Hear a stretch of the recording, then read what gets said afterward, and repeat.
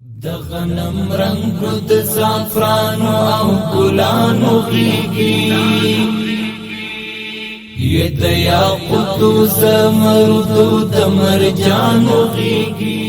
کندهار ښاروالي د ښار په درېیمه ناحیه اووم ګذر کې د شهید کوڅې ته څیرمه د څلورو کوڅو د اساسي رغونې چارې راپیل کړي دي. ارغوانو غیږي د نرګسو ارغوانو غیږي د غنم رنگ د زعفران. دغه کوڅې چې تقریبا 450 متره اوږدوالی او 1.5 متره بردوالی لري د چرۍ او سلبونو په شمول یې د جوړولو چارې 1.5 میاشت مخکې راپیل شوي دي او پاته کارونه به یې ډېر ژر بشپړ سي.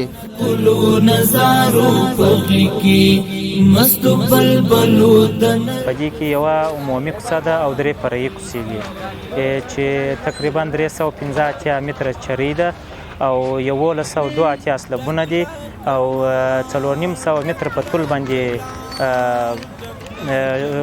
کوڅه ده او 9 متره بر لري دا کوڅې کانکریټ کیږي. پر دغه پروژه چې تقریبا 3.5 میلیونه افغانۍ لګښت راځي هر ورځ 10 کسانو ته پکې د کار کولو زمینه برابره شوې ده چې 15 کسان په مسلکي ډول او 15 کسان په غیر مسلکي ډول کار کوي. نو مخکې بس چې کله به کار پیدا کېدی کله به نه پیدا کېدی د صورت کې دلته بس پر کار اخته شوي ان شاء الله دا دوامداره دی. شور سره خوشحاله ورځې مو ښه تېرېږي. الحمدلله خوش هستیم کاروبار خوب است الحمدلله ما مردم غریب کار دست ما کاروبار بند است. د دغه کوڅو په اساسي رغولو سره د همدې سیمې خلکو زیاته خوښي وښودل او د کندهار ښاروالي څخه یې ځانګړې مننه وکړل. نو موږ ډېر خوشحاله یو چې دغه کوڅه راته جوړېږي. د ښاروالۍ څخه مننه کوو چې دغسې کوڅې کانکریټي او خلکو د هوسایي دپاره کارونه کوي. خټې به وي ګرځونه به وه تګ وراتګ در کوره پورې ډېر غټ مشکلات کې موږ مخامخ وو. د ښاروالۍ د همکارانو د ښاروالۍ د انجینرانو د شرکت مسؤلینو څخه موږ ډېر راضي یو.